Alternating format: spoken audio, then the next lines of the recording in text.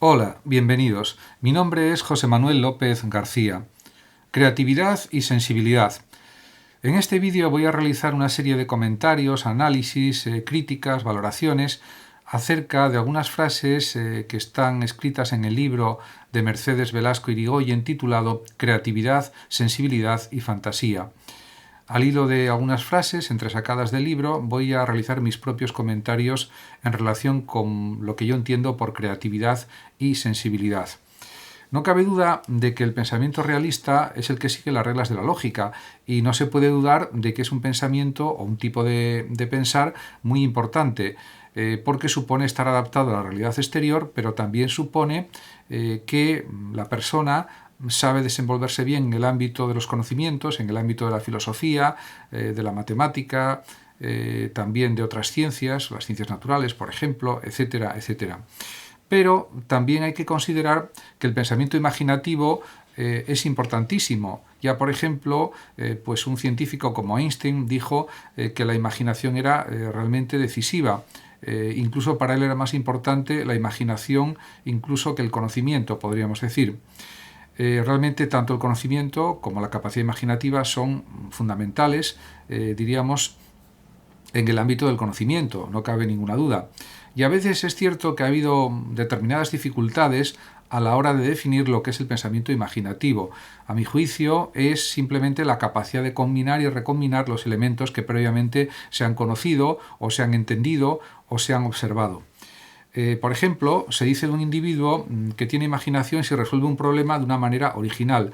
Lo que sucede es que la originalidad puede ser mayor o menor y, por supuesto, también la originalidad depende de muchas cuestiones, porque no hay nadie absolutamente original. Incluso los grandes creadores, pintores, inventores, etcétera, se basaron en los conocimientos de otros inventores anteriores, de otros autores también anteriores, a lo largo de la historia, etcétera, etcétera. Por lo tanto, sí es verdad que se puede analizar el nivel de creatividad o el nivel de imaginación de cualquier persona, de cualquier creador o autor, pero eso también es algo, en parte, al menos, relativizable. Yo diría que la función imaginativa se resuelve en la capacidad de combinación y, por supuesto, también existe la inspiración creativa, también existe el descubrimiento de nuevas formas de hacer las cosas, de nuevas formas de crear, de recombinar elementos, conceptos, ideas, formas, colores, sonidos, etcétera, etcétera. Realmente, para lograr esta actitud creativa es necesario, según los expertos, y es algo por otra parte de sentido común también decirlo, que hay que cambiar el tipo de pensamiento y para esto es necesario flexibilidad de la mente, flexibilidad de la inteligencia. También es cierto que existen diferentes tipos de imaginación creadora. No es lo mismo la imaginación creativa de un pintor, de un escultor, de un músico, de un escritor, de un inventor, etc. Pero hay dos puntos en común, que son la capacidad crítica y la receptividad. La creatividad, por tanto, podemos decir que es la capacidad de aportar algo nuevo a la existencia. En este sentido, cualquier acto creativo, cualquier acción creativa, cualquier obra creativa, de la extensión que sea, supone pues, un aporte nuevo, una aportación nueva, diríamos, al cúmulo de creaciones que van surgiendo diariamente en el mundo. Y además también es evidente que la creación implica, en cierto sentido, una renovación total o parcial de lo ya existente. En consecuencia, podemos decir que para que exista creatividad es necesario ser capaz de responder a la experiencia de una forma indudablemente organizada. A mayor capacidad de organización y de estructuración de lo que ya se conoce y de lo que se ha creado, diríamos que la obra creativa adquiere pues, un mayor vigor, una mayor fuerza expresiva, podríamos decir.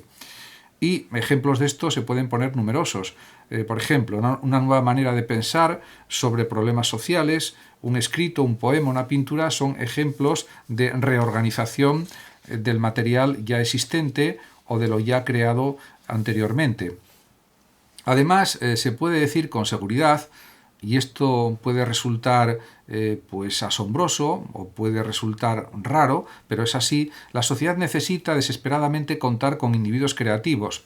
Uno de los grandes males de la sociedad, a mi juicio, es la falta de creatividad de muchas personas, que por supuesto están en su derecho de vivir una vida sin creatividad, en muchos sentidos, y es, diríamos, resultado del ejercicio de su libertad como personas. Eso nadie lo pone en duda. Pero también es cierto que muchas de las críticas que pueden hacerse a nuestra cultura occidental y a sus tendencias se relacionan con la escasez de creatividad. Y esto lo dicen pues muchos sociólogos, escritores, filósofos, etc. Y es una gran verdad. Por supuesto, existen también pasatiempos exentos de creatividad y también son algo positivo para el desarrollo de las personas, nadie lo pone en duda. Pero también es verdad que para la mayoría de las personas la vida carece de esfuerzos originales y creativos, o no quieren hacer esfuerzos originales y creativos, y están también en su derecho, por supuesto. Pero diríamos que lo mejor sería que todas las personas, si lo quieren así, desarrollen su capacidad creativa, porque si no, el precio que pagamos por nuestra falta de creatividad será alto. Podría ser el precio de la inadaptación individual, de las tensiones grupales y sociales o incluso del aniquilamiento colectivo, podríamos decir, o eso dicen también algunos pensadores.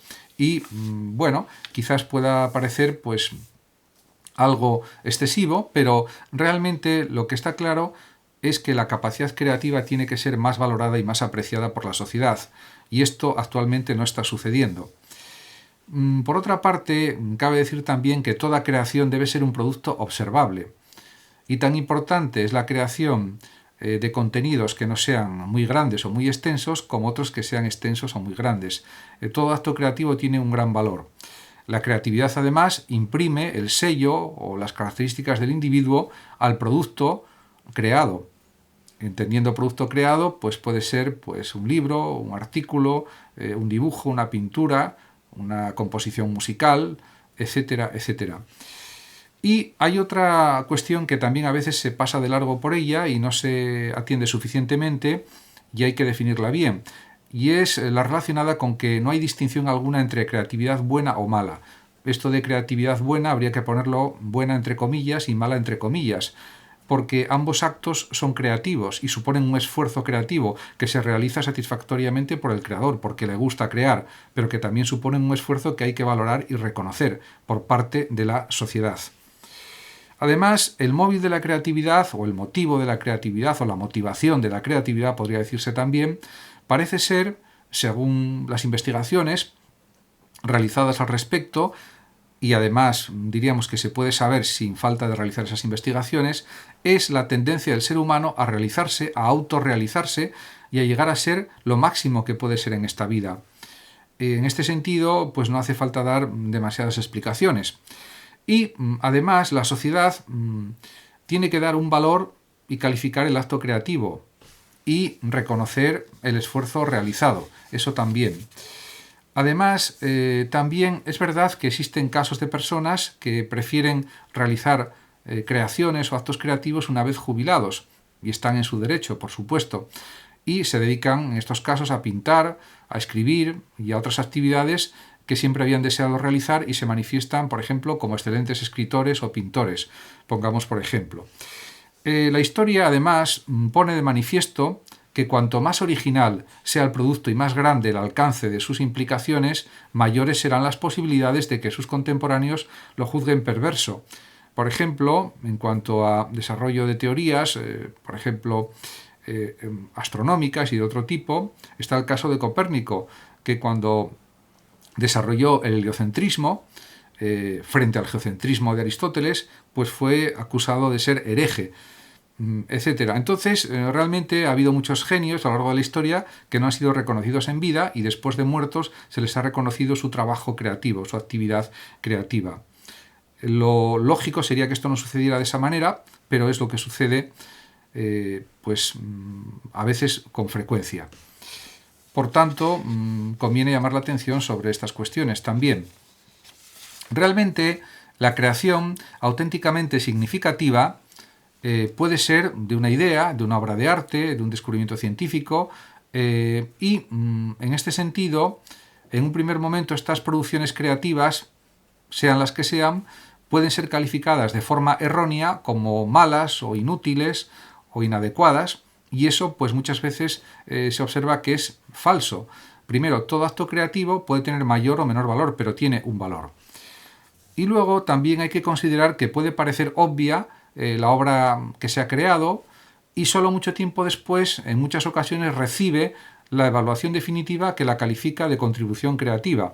Además, en el campo de la creación hay que tener en cuenta que no es lo mismo producir, por ejemplo, pues un escritor, muchos artículos que producir unos pocos. En ese sentido, la cantidad de la producción y la calidad de la producción realizada debe ser valorada positivamente por la sociedad. Debemos además admitir el hecho de que el individuo crea, y esto es muy importante resaltarlo e insistir en ello, sobre todo porque eso le satisface. Y a partir de ahí ya está prácticamente casi todo dicho. La creatividad además es esencialmente constructiva, y eso tampoco hay que olvidarlo nunca. Pero es que además podemos pensar que la creatividad constructiva se basa en disposiciones. ¿Cuáles son esas disposiciones? Las tres principales, a mi juicio, son estas. Primero, apertura a la experiencia. Segundo, autocrítica. Y tercero, capacidad de jugar con elementos y conceptos. Empecemos por la apertura a la experiencia. El creador, el artista, el escritor, el pintor, el compositor, etc., tiene que estar abierto, receptivo, vivir y sentir el momento para conseguir una creatividad constructiva. Y además también el creador tiene que tener presente que siempre hay una cierta ambigüedad en todo lo que crea, lo que produce, lo que elabora. Y esto es así. Pero por otra parte, habría también otro elemento en esta creatividad constructiva, otra disposición que se puede llamar autocrítica. Porque el individuo creativo considera que el valor de su obra no está determinado por el elogio o la crítica ajena, sino por él mismo. Y esto es importantísimo. El creador se pregunta, ¿he creado algo satisfactorio para mí? Si su respuesta es positiva, ya está todo, analizado.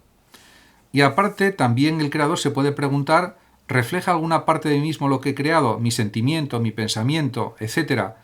Y si la respuesta también es sí, pues ya se ha juzgado suficientemente a sí mismo y ha analizado perfectamente por qué está creando las obras creativas que está realizando. Y estas, además, son las únicas preguntas importantes para el creador o para cualquier persona que vive un momento creativo. Porque realmente esto es lo que la persona creativa, el creador, quiere expresar con lo que crea. Además, al crear, el único modo que tiene el autor, el creador, de aliviar su soledad, entre comillas, y de asegurarse que pertenece al grupo es el compartir.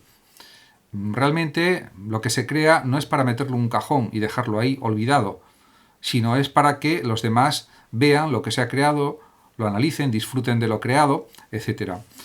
Por tanto, los creadores no crean las cosas para comunicarse, pero una vez que han producido la creación, desean compartir con los demás este nuevo aspecto de la relación entre él y el medio. Y por último, pues decir que realmente derecho a crear lo tienen todas las personas, guste o no guste a los demás lo que crean. Pero es que además existe una libertad de creación por cualquier medio. Y en este sentido yo creo que es una actitud muy positiva, muy valiosa, la de que todos, si queremos, seamos creativos, porque eso enriquece a la propia persona creativa y enriquece a los demás, sin ninguna duda. Por supuesto, luego está la cuestión de valorar los gustos de la sociedad respecto a las creaciones que se realizan y que se publican o que se dan a conocer de forma pública, pero esa es otra cuestión que también analizan los críticos literarios, los críticos de arte, etc. Pero lo importante, a mi juicio, es crear. Muchas gracias a todos por su atención. Saludos a los oyentes de Radio Sofando y Hablando de Filosofía de México. Y por último decir, como siempre, que el que lo desee puede compartir este vídeo o puede suscribirse a mi canal de YouTube. Hasta siempre. Gracias.